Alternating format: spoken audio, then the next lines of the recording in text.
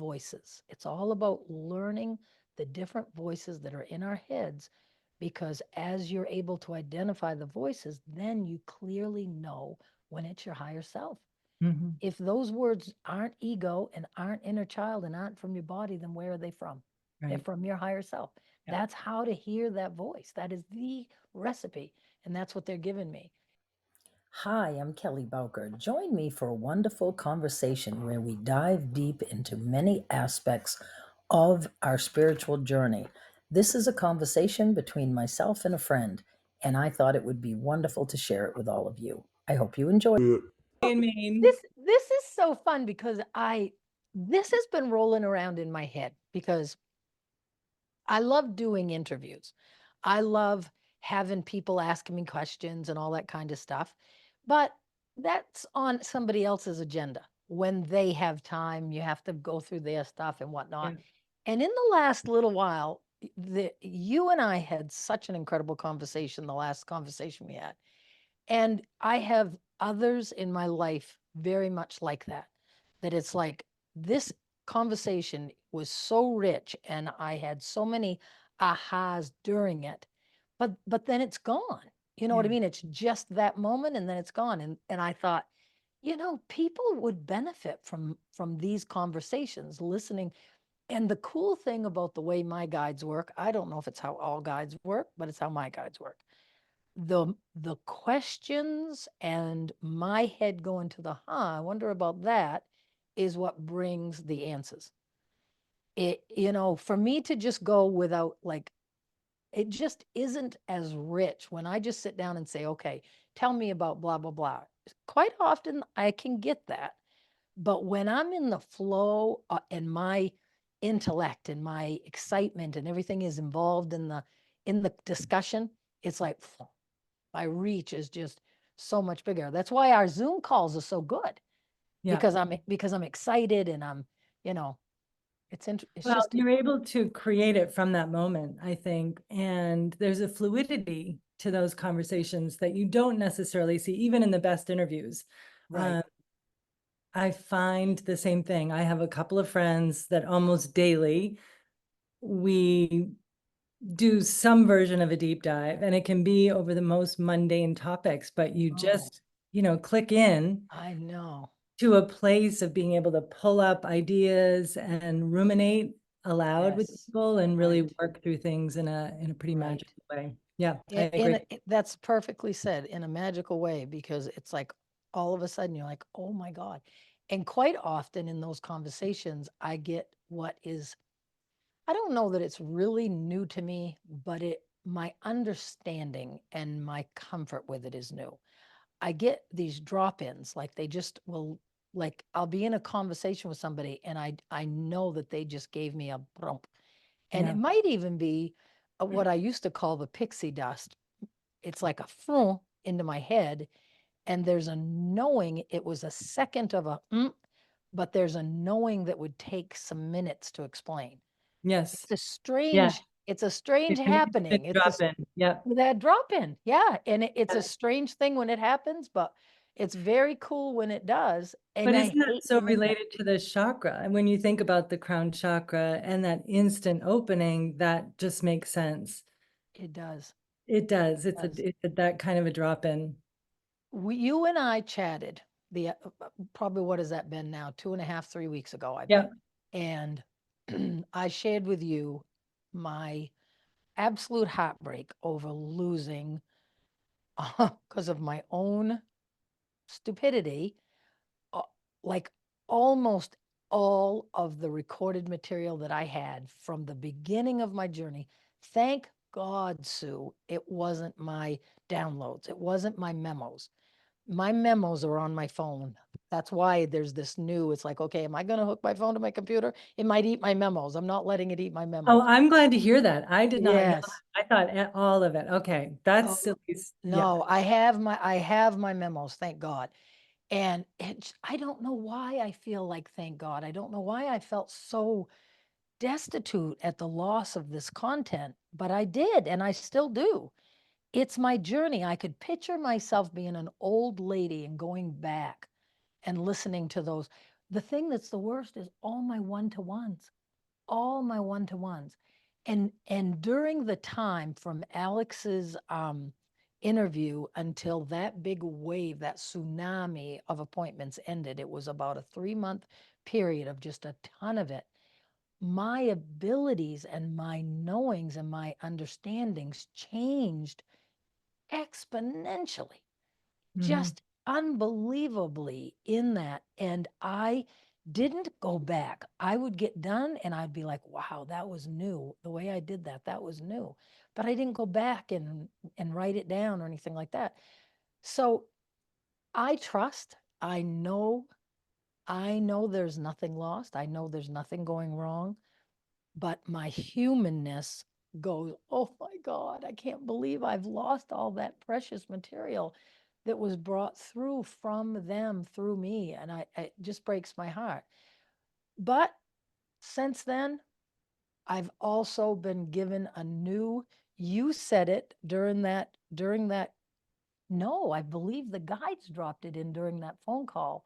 Something like, we will give you your next class, because I had this vision of what my next class was going to be. I was very, very pig-headed about that. I had a very clear, this is it, this is what it's going to be. And and whenever I have an agenda, whenever Kelly has the pieces to the puzzle right here, oh yeah, then they stir the soup and make it all. Right. And so they did. Shortly after that time, probably now it's been a couple of weeks, I was here with Michael. Michael was out puttering on firewood. I went in with an agenda to do a meditation, and my agenda was to do what Angel Michael had given us in our last, bringing that all together, doing the hand thing and the breathing and all that. So I went in with an agenda. Again, Kelly needs to surrender. That's the name of the game. When I went into that, I really battled. I just couldn't settle my mind. I couldn't settle my energy. I just was all over the place. And finally, when I threw it down and said, all right, screw this. What are you wanting me to do here? It's almost like I get the feeling of, well, we were waiting. We were waiting for you to get out of the way. And Yeah.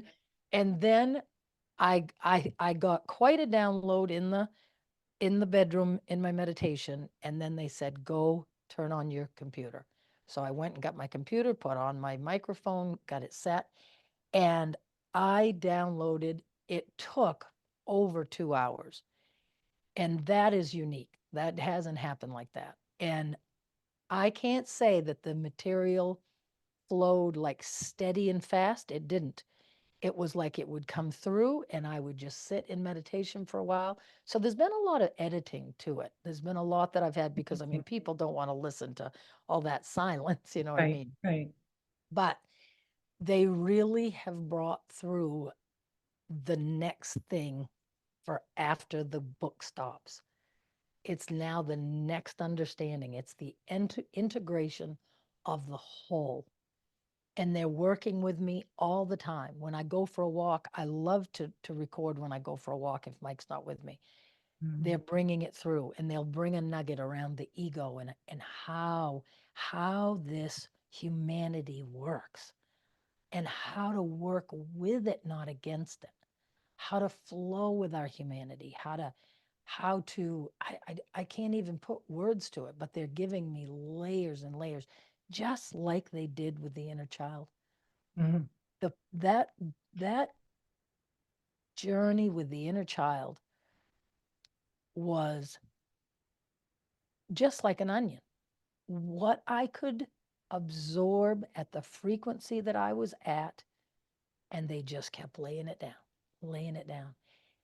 And I don't know if you've ever heard me say this, Sue, but they even blocked, in my mind, they blocked the memory that Abraham Hicks had said so clearly, that all communication, all emotion is communication from your higher self. They took that right out of my mind, because well, if I hadn't have deleted them all, I would have had all kinds of recordings saying that all emotion is communication from your inner child.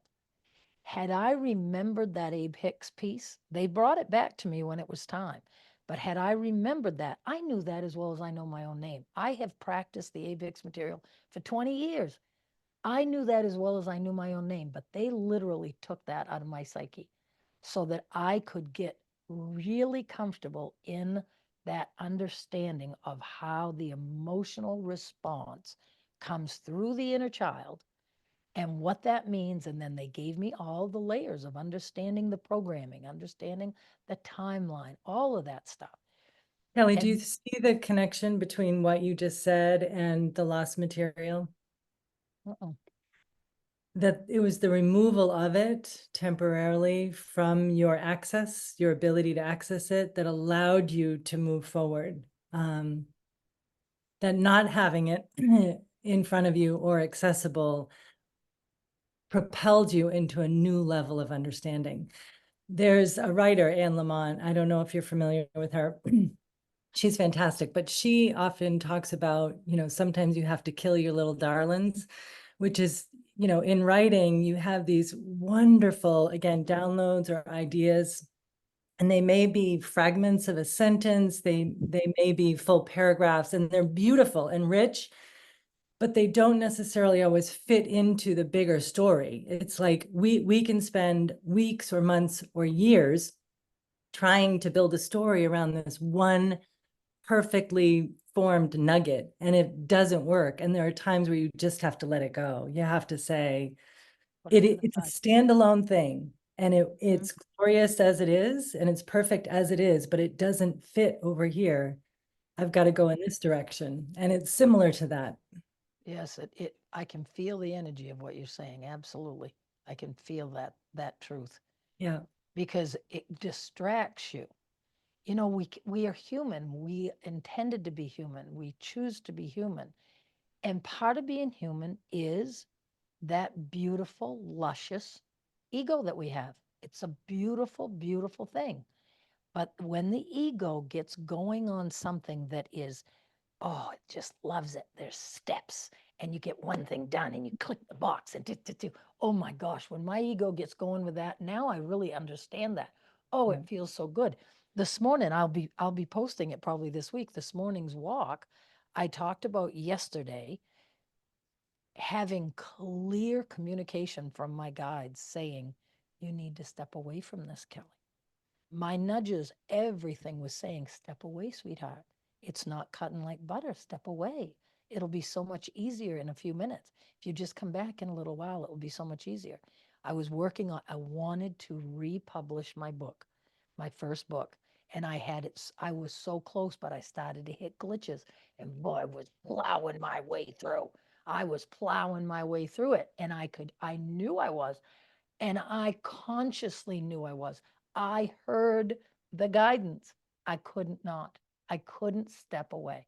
I couldn't step back and say, I can let that go. And this morning during my walk, I said to the guides, I actually channeled while I walked, which I don't do all that often, because I asked the question and they brought through the answer. I said, well, what do I do the next time that happens? They said, sweetheart, it's practice.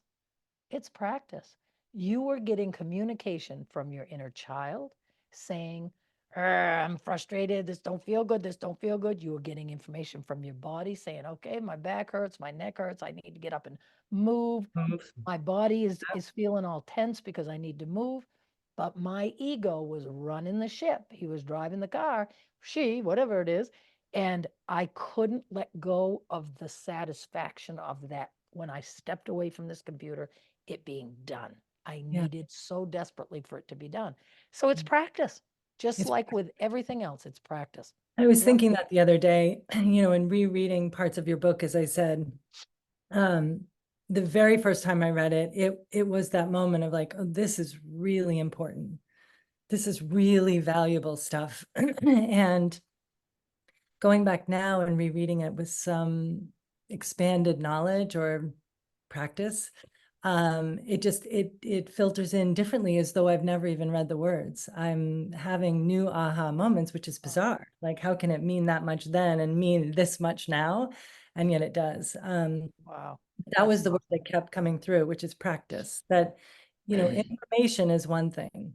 Information can ping us and kind of soothe us in a certain way. But it's the practice that is the integration, so that you're living it and not just knowing it. That's right. They're two different things. Yeah. Amen. They gave me a beautiful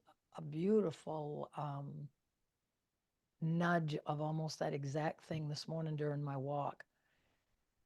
They're really helping me to distinguish the different voices. It's all about learning the different voices that are in our heads, because as you're able to identify the voices, then you clearly know when it's your higher self. Mhm. If those words aren't ego and aren't inner child and aren't from your body, then where are they from? They're Right. from your higher self. Yep. That's how to hear that voice. That is the recipe. And that's what they're giving me. And of late, I have been going through some real big aha moments between myself and my body, trying to come to the next level. I know it's time. I know I needed that 2.5 years of, I'll call it debauchery, of not paying any attention. But I know that that doesn't have to be the truth, and that I can be kinder and more loving to my body. So I'm working on that, not triggering those old behaviors, those old tapes of 100% got to do it all the time. Well, one of my things when I was being good, oh my God, I'd love to have $1 for every time I would say. And that meant that I was starving myself and exercising ad nauseum. That's what being good meant to Kelly for years. And on the days of being good, I would be in my head. I didn't trust myself to relax. I can see that now.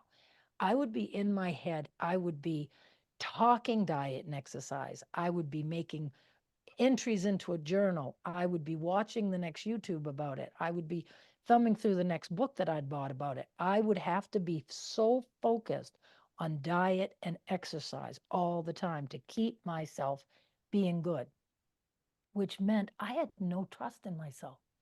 I had no trust that I could set my intention and follow through with it. I felt that compulsion. Now, what I'm describing is the ego. It's the ego coming from a place of fear, needing, if my being thin means I'm lovable, then I'm very afraid of not being thin. My inner child heard and digested that everything had to do with my looks, how cute and how sweet and how lovely, all of that. So that programming is there, and it's my ego's job to keep me safe. So because of fear, the ego keeps me focused, laser focused. Well, what I could see this morning as I was walking, I thought, as I'm beginning to understand this relationship with my ego and the relationship with my humanity, there are beautiful, fleeting moments when I breathe into it. I breathe into it and I just can be.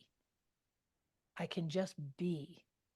And I had a little bit of a thought of, am I doing that same kind of laser focus thing on my understanding of my relationship with my humanity that I used to with my relationship with diet and exercise? Mhm. That I have to be doing something spiritual all the time. I'm afraid that I'm going to drop the ball. I'm afraid I'm not going to do it right. Doesn't that make sense? Totally. It was a beautiful epiphany, and I turned off my phone and I finished my walk in my walk. Yeah. And that doesn't mean I can't do those videos on my walk. It's fun, and when it feels fun and joyful and exciting, absolutely. But that was a wonderful epiphany.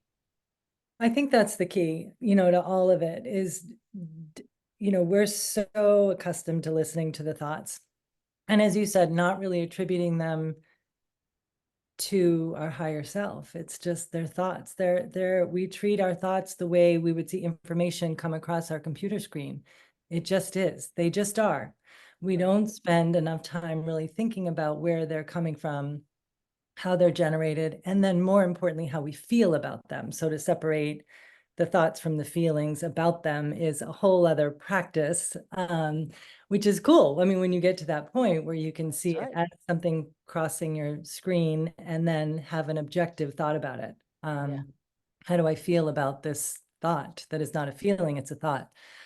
It is fascinating. And it goes back to our conversation. In some ways, we were touching on, this perceived separation between spirituality and the physicality of the planet, Mm, the right. world we live in. We are part of it, not separate from it. Indeed. Yeah, big time. And we talk the talk and walk the walk of, I love nature. Nature is Oh, my yeah. church, all of that stuff. But there's like another layer to it, another understanding of really acknowledging that relationship and fostering that um, in a meaningful way, which is through, these deeper conversations and awareness of, what am I doing here? What's important to me? How do I talk to my body? How do I talk to the cells in my body? And then how do I talk to the planet on which I am traversing day in, day out? All of those. And even as important, am I listening? Am I listening to the cells in my body? Am I listening to the communication Yes, from my body? Am I listening to the communication from Mother Earth? yes. Are we listening? I had a really, really aha moment in the last few days. One of my last really big sojourns into learning about diet and health and all that kind of stuff was around fasting, intermittent fasting, and the Yeah. value of it. I absolutely believe in the value of fasting. I think it's a beautiful thing. So, I probably the one thing that I had continued to do that was in my mind a positive thing for my body was not eating breakfast, only staying completely so nothing was going to trip my hormones until probably between 11 and 1 during the day. Wow. Given Okay. given myself that time. I can't even think of what it's called, but it's that thing where it started a couple of years ago and I thought I was having heart attacks. I would get these pains in my right here. I'd get these pains. Well, is it GERD? Is that what it is? I can't remember what it's I'm not called. sure. But I'm on a thing that decreases the acid in my tummy. Yeah. I had an ulcer in high school. I've always had a very sensitive stomach, Yeah. hyperacidic stomach. So some acid reflux. Yeah, kind of thing, but not it don't feel like heartburn. It feels like a damn heart attack. It's an awful feeling. And it Wow. hurts. It hurts really, really bad when it happens. Well, anyway, so I was feeling nudging, this nudging, this in my belly. It was like, and I realized, you know what? That's there all the time. I feel that burny feeling all the time, and I've just gotten used to it. I've just gotten used to it. And then I had an episode, and I hadn't had an episode. It's typically when you lay down and it's like crushing pain. I mean, I had all I could do to get out and get a tablespoon of Melanta and make it go away. Jeez. Yeah, not good, not good. And so with my new way of thinking, the next time I settled myself down, I said, "Okay, what are you telling me? You're telling me something. What are you telling me?" And I just sat with it for a minute and I thought, you know what your body is telling you. If you have an acidy tummy, it's telling you you need to eat. And but you're not eating because you're doing this good thing for your body, letting the acid eat the Yeah. lining of my friggin' stomach. Yeah. Sure. You Why know, not? I mean, oh, that's a great idea. And I thought because of external information telling me the right thing to do, I wasn't listening to my own body. Big cues. Huge, Absolutely. huge. And so that was a really, and as I sit here chatting with you and realize, wait a minute, I have that burning in my stomach and I'd forgotten, yeah, I haven't remembered to eat already today. I've That's had all interesting. my coffee, all my Yeah. tea, my water, but I haven't had anything to eat. It's it's just But learning. this goes back to, we were Listen. talking about this in our last conversation. Because I'm a new grandmother, I think.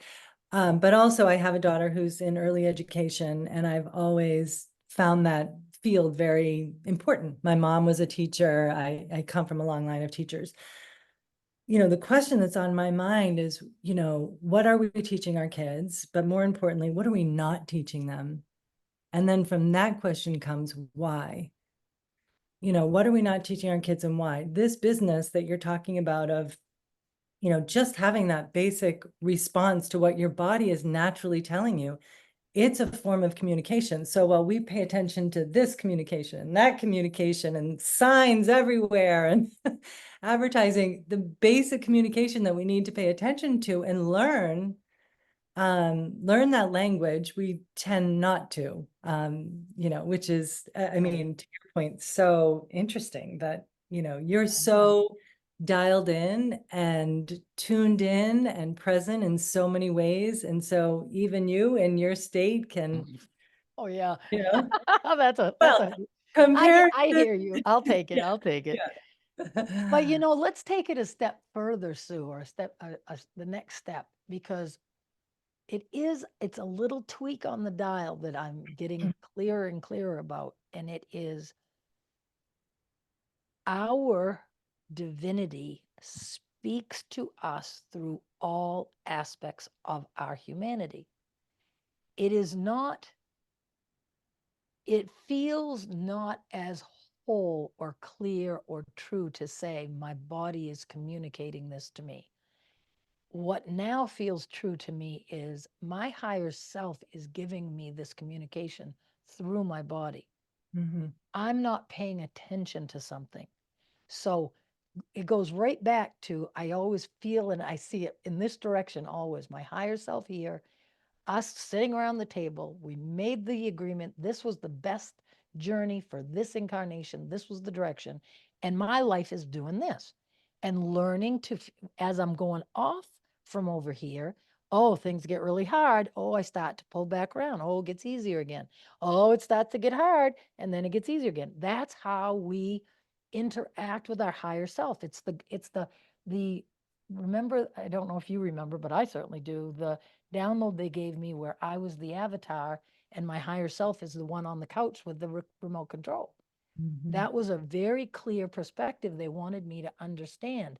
We go and navigate by the nudges that we're getting, and we have three very clear ways of receiving communication: through our inner child, through our physical body, and through our egoic mind. I'm just beginning, scratching the surface of understanding what that means from my egoic mind. But I'm beginning to have an ownership in the idea of from my body. They reminded me of my journey pre awakening, that I was unhappy, I was struggling, work wasn't going well. Home, I started to feel smothered by Michael. I started to not, never fell out of being in love with him, but my marriage started to feel constricting. And my adult children were sucking the in life out of me. Oh my God.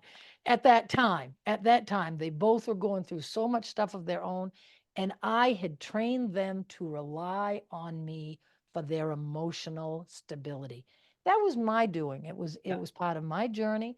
And I've undone most of that. Thank you, thank you, thank you.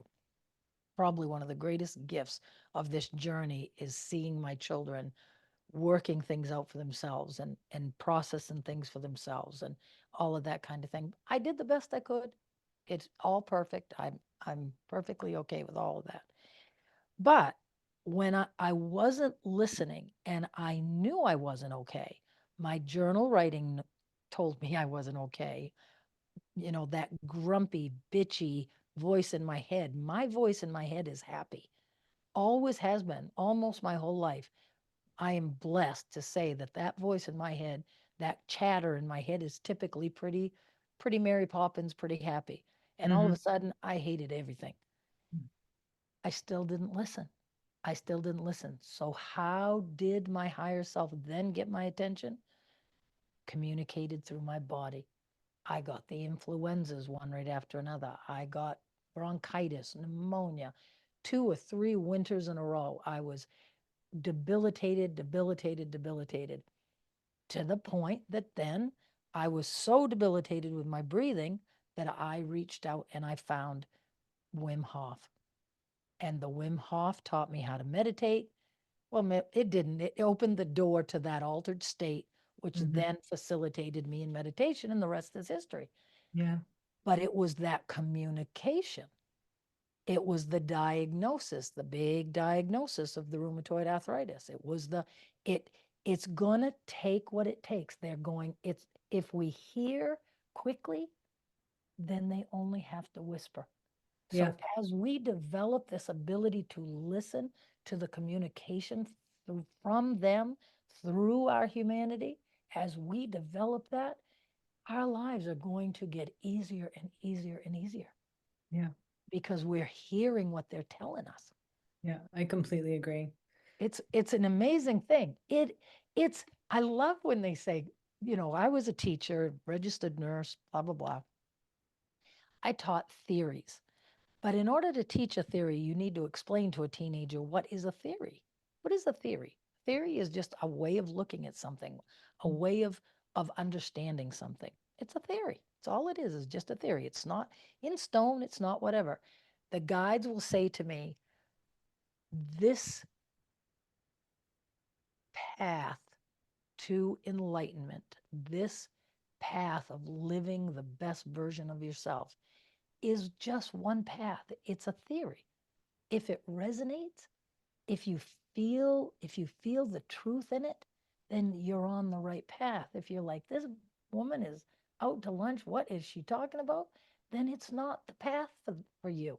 And that's absolutely okay. It's one path, only one path. There are many, many, many paths to enlightenment, to our highest good. And this is one path, understanding your humanity. I used to say, understanding the relationship with my inner child. And now I know it's so much more. And before that, I would have said it's about understanding my relationship between me and me. And which began, the whole journey began with self love. The whole journey began with them getting my attention and saying, Kelly, you don't even know who you are, sweetheart. How can you love you? That's how my journey began. And it's been figuring out who I am and learning to love who I am. And Isn't it just amazing? I mean, your books have documented so much of this beautifully, but it is so fascinating, just to hear it in conversation and to imagine the beauty of those steps. oh, That at the time, of course, you can't see into the future, so you don't realize that it's a gateway. That right. this illness is a gateway or a door opening. But it is so cool to be where you are now and look back. I feel the same way. Just decisions that maybe could even seem insignificant that did, just generate momentum down a certain path that did resonate. That something in that felt important enough or interesting enough or right enough, joyful enough to just stay on the path. And then another something or other shows up and, you keep going. And then you look back and think, that seems like a total accident, that I got from there to here seems so random, but it isn't, Nothing. That's right. That's Yeah, right. There's so many, there's just so many potentials. Every moment is filled with infinite potential and I possibility. know. I know. Where are you vibrating? Where is your frequency? Yeah. It all does go back to that. And I can remember this issue about trust, about trusting myself to stay the course. It goes back to the when my pendulum would swing as a young woman into dogmatic religion, which there was a slice of that pie that felt so good. When I was praying every day, when I was having that time with God every day, and I felt that love every day, that felt so good. But I couldn't stay to that standard. I couldn't stay to that standard. And so then my pendulum, and because the middle, the balance point was so fraught with guilt, there was no gray. In that Right. world, there was Right. no gray. So Yeah. when I was down here in the middle where I should have been able to find balance, I couldn't find balance because of the shame and the guilt. So Yeah. then it was like, screw you all. And I went completely the other way. Yeah. My pendulum would go here. So, oh my God, this is so awesome because this is so friggin' true. So it created the programming within me of not trusting that if I'm not hanging on with both hands, if I let go of my vigilance, that I can't trust myself to still be who I'm intended to be. You know, oh my God, it was like that with the diet and exercise, and it's always been like that with religion. And I'm saying religion because that's what I'm talking about, because this is a whole new ball game what we're talking about now. This is spirituality. Right.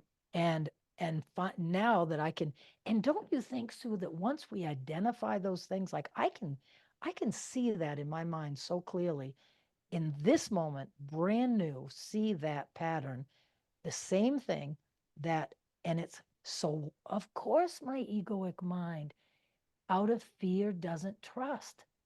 So out of fear, you better do another YouTube video. You better do another. You better do it. You better, all the time hounding me. I that not all the time. This is what it does. It does this, and then I put it to rest, and then I do Mhm. this. But in this conversation right now, I see how I need to turn and talk to that part of my psyche and say, sweetheart, I get it. I thank you for staying with me. I thank you for all the help you've given me. But I can promise you that I've got this, that Yeah. we're okay, and that we're going to stay being true to our authentic self.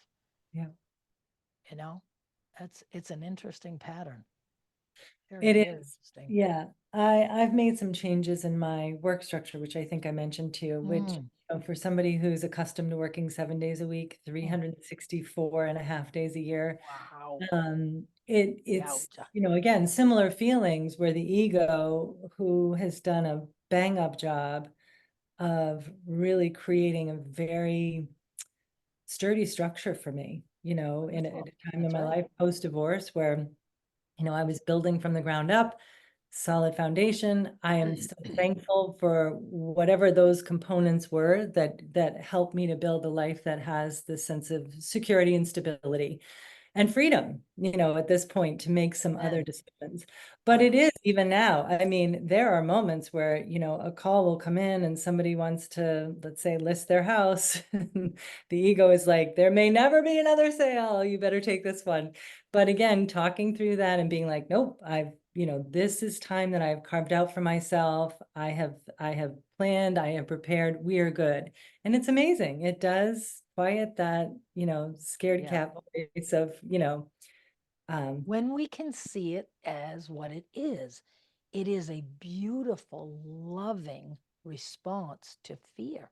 yeah, And why see, there's this theme my guides keep with, and they call it like great deceptions. They'll just drop, and they did right then. It's another great deception. Why is it that our world is so focused on the death of the ego, overcoming the ego, even to talk about it, there's a yeah, negative connotation, a negative energy. Our ego is a beautiful part of ourselves. You know what, they gave me the most beautiful perspective. Actually, I think it's in the class. I was editing it, that's why I remember it. Where Michael interrupted in that 2-hour download for that class. Michael come and interrupted me halfway through, and whoa, that was hard for me because I was in such a flow state. But I'm trying to maintain balance, yeah, and so I pulled myself back into my body, and yeah, I went out and sat on the deck, and he was having a beer, and I just sat and visited with him. But during that time while I was out there, and they had just been giving me all this information around the ego, I looked up at a tree, and I thought, wow. And then they started talking in my head. They said, it's your ego that decides to pause. Your ego is what makes the decision to take a minute and let the inner child bask in the glory of this beautiful tree that's turning colors. Mm. Without our ego decides it's time to meditate. That's our ego. Mm. Ego That's is so interesting. it's isn't it? Yeah. And it because anything that has to do with linear time, Mhm. anything to this point, this is my understanding in this moment. Yeah. Anything that has to do with making a decision, determining value. Do I like this better than that? Which is why we came to Earth, is to just make decisions like that. That's our ego. It's a beautiful part. I love cheesecake more than I love apple pie. We get to decide. I get excited about, so yeah, when you're really trying to carve out so where does the feeling of excitement come from? Okay, to our, to my understanding in this moment, I would say the excitement comes from the inner child. But in this new class that they've brought through, they're wanting me to feel it as a whole unit.